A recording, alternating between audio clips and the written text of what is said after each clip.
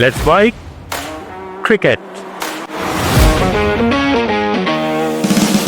9 सितंबर से यूएई में Asia cup का 17वां एडिशन शुरू होने जा रहा है।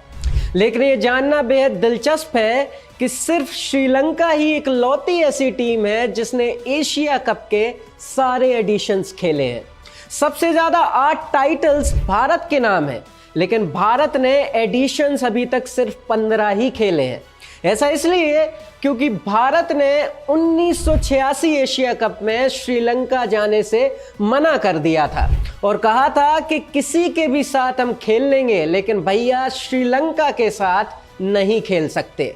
पूरा विवाद क्या है ये मैं आपको बताऊंगा। मेरा नाम है सुमित पांडे, आप देख रहे हैं क्रिकेट कनेक्ट। साल 1985 श्रीलंका में सिविल वॉर अपने चरम पर थी और तमाम क्रिकेट टीम्स श्रीलंका का दौरा करने से घबरा रही थी। पर इसी बीच एक खबर आई कि भारत श्रीलंका के दौरे पर जाएगी और 3 टेस्ट मैच और 3 ओडीआई मैचेस की 2 सीरीज खेलेगी। सब काम हड़बड़ी में हुआ। सीरीज के चंद रोज पहले तक भी क्लियर नहीं था कि भारतीय टीम क्या सचमुच श्रीलंका ट्रेवल करने जाएगी या दौरा सिविल वॉर की वजह से रद्द हो जाएगा। लेकिन आखिरकार भारत श्रीलंका पहुंची। भारतीय टीम उस वक्त पहले ही विवादों में घिरी हुई थी।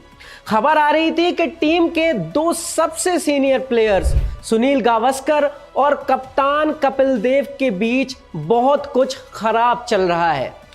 टीम जल्दबाजी में भी श्रीलंका आई थी, ऐसे में प्रैक्टिस के लिए भी टीम को पर्याप्त टाइम नहीं मिल सका था और इसी बीच टेस्ट सीरीज शुरू हुई। पहला मैच ड्रॉ हुआ, दूसरा श्रीलंका जीत गई और तीसरा मैच भी ड्रॉ हो गया। मतलब श्रीलंका 1-0 से टेस्ट सीरीज जीत गई। यह पहली बार था जब श्रीलंका ने भारत से टेस्ट सीरीज जीती हो। सभी को लगा कि भारतीय टीम की आंतरिक लड़ाइयां ही भारतीय टीम की हार का सबसे बड़ा कारण है, लेकिन मसला कुछ और ही था। भारतीय टीम की हार से ज्यादा इस सीरीज के विवाद मशहूर हुए, एक के बाद एक कई विवाद हुए। इस पूरी टेस्ट सीरीज में जो सबसे बड़ा विवाद हुआ वो था एम्पायरिंग का। एम्पायरिंग का स्तर पूरी सीरीज में बहुत खराब रहा। पूरी सीरीज में इंडियन प्लेयर्स के खिलाफ एम्पायर्स की पार्शियलिटी के आरोप लगे।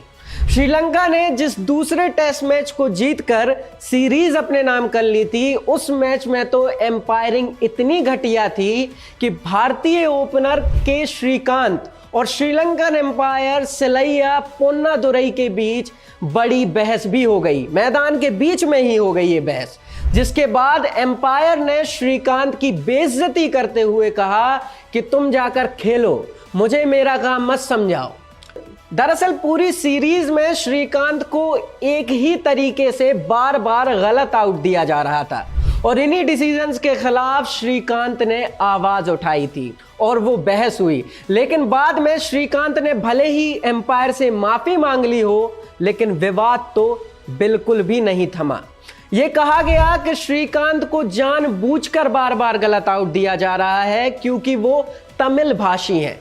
अब ऐसा कहने के बाद मामला बहुत राजनीतिक हो गया, क्योंकि श्रीलंका में उन दोनों लिट्टे यानी लिबरेशन टाइगर्स ऑफ तमिलीलम और वहां की श्रीलंकन सरकार के बीच एक बहुत ही तगड़ा संघर्ष, बहुत तगड़ी लड़ाई चल रही थी और सिविल वॉर इसी लड़ाई की देन थी। लिट्टे चाहती थी कि वो अलग तमिल कंट्री बनाए।